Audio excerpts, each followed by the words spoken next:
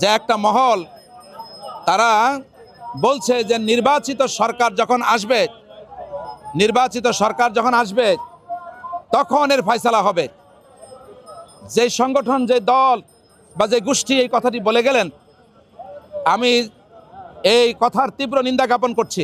এই আন্দোলনে আমরা নেমেছি শিক্ষকদের জন্য 20% বাড়ি ভাড়া, কর্মকর্তা বা কর্মচারীদের জন্য 75% উৎসব ভাতা এবং আমাদের শিক্ষকদের জন্য 1500 টাকা চিকিৎসা ভাতা প্রদানের দাবিতে এই আন্দোলনে আমরা শিক্ষকরা নেমেছি।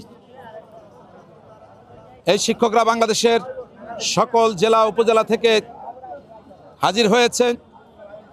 আমরা লক্ষ্য করেছি বাংলাদেশের আপামর জনগণ শিক্ষকদের এই আন্দোলনের সাথে একাত্মতা ঘোষণা করেছেন এবং অনেক সংগঠন তারা এসেছেন।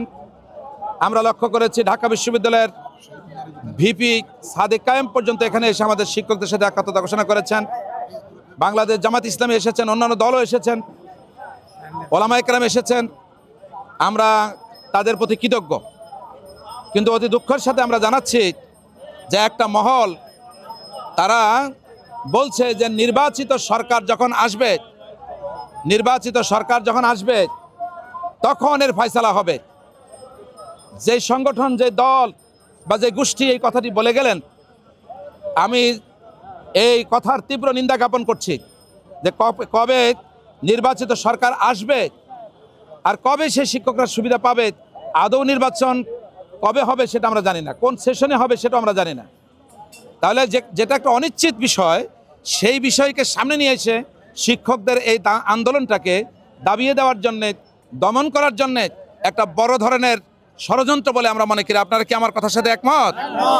সম্মানিত ভাইয়েরা, সেজন্য আমরা এটাকে ঘৃণা জানাই।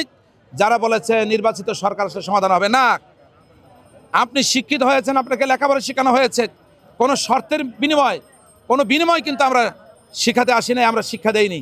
সুতরাং একজন শিক্ষক আন্তরিকতার সাথে শিক্ষা দেয়। আমরা সম্মানজনক মর্যাদার কারণে সম্মানজনক জায়গায় আমরা কর্ম করব, তাই শিক্ষকতার পেশায় আমরা এখানে এসেছি। আমরা কোটি কোটি টাকা, লক্ষ লক্ষ টাকার বেতন নেওয়ার জন্য আমরা এখানে আসি নাই। আমরা এই সম্মানী জায়গায় এসেছি। সুতরাং সম্মানের জায়গায় আমরা বেশি দাবি করি না, মাত্র 20% আমরা দাবি করেছি, আর আমরা 1500 টাকা দাবি করেছি। এখন দেখুন যে বাংলাদেশের গুরুত্বপূর্ণ যারা, বাংলাদেশের সেক্রেটারিয়েট থেকে শুরু করে সকল পর্যায়ের উচ্চপদস্থ কর্মকর্তারা যারা আছেন, তাদের চিকিৎসা ভাতা আর আমাদের চিকিৎসা ভাতা কত? মাত্র 500 টাকা চিকিৎসা ভাতা। আপনি বলুন, রোগ আসলে, এই যে করোনায় আমরা দেখেছি, এর আগে করোনা এসেছে, বলেন তো এই করোনা কি বড় লোকের জন্য ছোট আকারে এসেছে, বা বড় আকারে এসেছে গরিবদের জন্য ছোট আকারে এসে এরকম কি হয়েছে বলেন? তাহলে রোগ আসলে কিন্তু যেই রোগটা আসবে সেটা সকলের জন্যই কিন্তু সমান। তাহলে তার জন্য চিকিৎসা ভাতাটা সমান হবে না কেন? চিকিৎসা ভাতা বৈষম্য হবে কেন? রোগ যেরকম, রোগের চিকিৎসাটা তো সেরকম হবে। 500 টাকা দিয়ে কি আদৌ চিকিৎসা হয়? বলেন তো, এদিকে এটা চিকিৎসা হয় নাকি?